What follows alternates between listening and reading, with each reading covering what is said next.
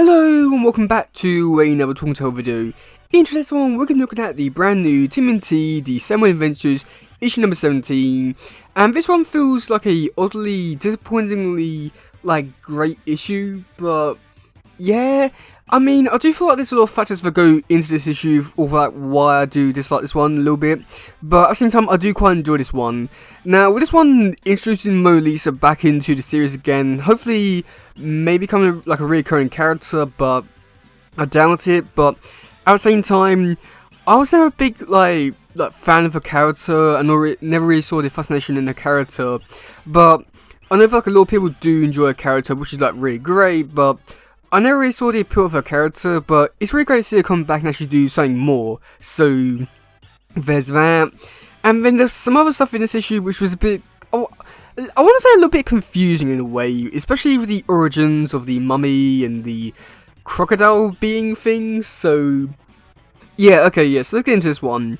Okay, so yeah, we do first start off with April. She's talking to this librarian, and this librarian feels that Egypt gave her this artifact, and every night gets his skin broken by the mummy, and museum's not too sure why it's getting broken because they don't have any security cameras. What a coincidence. So yeah, so then next, a few hours later after the interview, she's talking to herself, and that's when she encounters Mona Lisa, and Mona Lisa actually turns out to be an old student of hers, which was kind of cool to see that there is a bit of connection there, history and stuff like that. And Mona Lisa's like, yeah, well, you know, it's bad, but I can get my friend in, and we can sort it all out. So that's when we cut over to the tale side of things, and yeah, it feels weird. Like I was saying in the preview video, this issue is gonna feel really weird, especially, and also the next issue I'd say as well, just because this issue has Splinter in it, and everything that happened with Peter Randale the past month or so with his passing, it feels weird to see his character just being there talking, just being himself. It feels weird to see that, but at the same time, I know they didn't plan any of this, so I don't know, there's something about it just feels a little bit off because, well, it's him and everything and all that kind of stuff.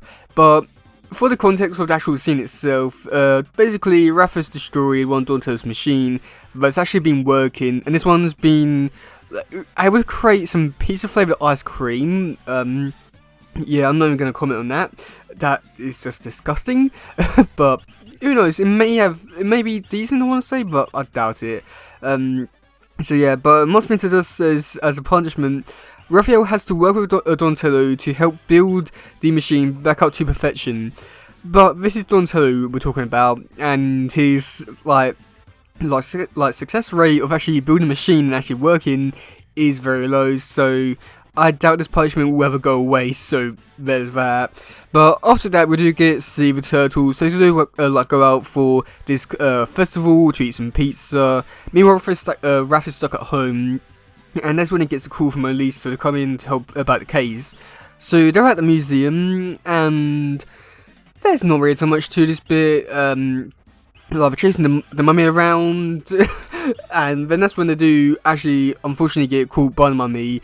And it does reveal its backstory, and I'd say that this bit here was definitely the part which I did find to be the most confusing, just because it's weird how they tell the story, just because the mummy and the crocodile man, they were alive 1,000 years ago, or a few thousand years, but it's just so weird, just because they would see a tear in the sky that's able to see into the present day stuff, which is all stuff with the turtles and Shredder. And this somehow led to Shredder dropping the canister of ooze in the tear in time or something, and the two people got hit with the mutagen, and one became a mummy and one became a crocodile who was evil. It sounds weird and stupid in a way, and I think the best way they could have gone around this was explain this was just saying that this was a different dimension, instead of saying that some sort of time travel in a way happened. It just, I don't know, it just feels so weird that I went down this route where time travel in a way. It's just so weird and bizarre that this was their route which they took to take. And Yeah, so the movie does reveal that this artifact is the only thing that's keeping the crocodile like locked in, because if not, he's gonna destroy the world or something along those kind of lines. Which, yeah, I guess that makes sense in a way. So yeah, there's that. So after that, we do get to see that the mummy is actually talking too long about his origins, which does feel weird, because I felt like he could have like split up his origins to just talk like a few simple words, but no, they go through a whole thing. But this does unfortunately lead to the whole artifact being like assembled again, and which leads to the crocodile being like unleashed, which I'm not too sure what is going to be happening in next issue, just because next issue they're supposed to be stopping the crocodile thing, but I'm not too sure like how they're gonna be doing it, like wrapping it all up in one issue. So it would be like very rushed, or it could be decent, but I'm not sure which way it could go just yet. And also at the same time, I feel like this would be a bit more of like a oh my god kind of moment had we actually seen what the crocodile can actually do, because we don't really know anything about the crocodile other than the fact that it's evil and it can do some stuff. But I feel like have we actually seen like him actually be like really evil and like actually like show off his powers, then it might be a bit more of a oh my god man, I can't believe he's back, oh no, he's the end of the world. But no, we don't know anything about him, so it just feels like he's just there to stand and be like, oh yes, witness my my triumph, but we don't know anything about it, so it's just like, yeah, whatever. So yeah, so yeah, I mean, overall to say that for this issue, it was decent for the most part. I feel like he did a really good job of just setting things up for the rest of the story, and also setting up these characters. And it was like really nice to see Mona Lisa come back into the series again, just because I have to say that even though I don't like the character all too much, and I don't really care for the character, it is really nice to see that she's finally coming back and actually having some more importance in the series, other than just being a one-time appearance kind of thing. So that is really great there. It's just, I don't know, just something about this issue just felt off and disappointing, but I can't put my finger on it exactly what it is.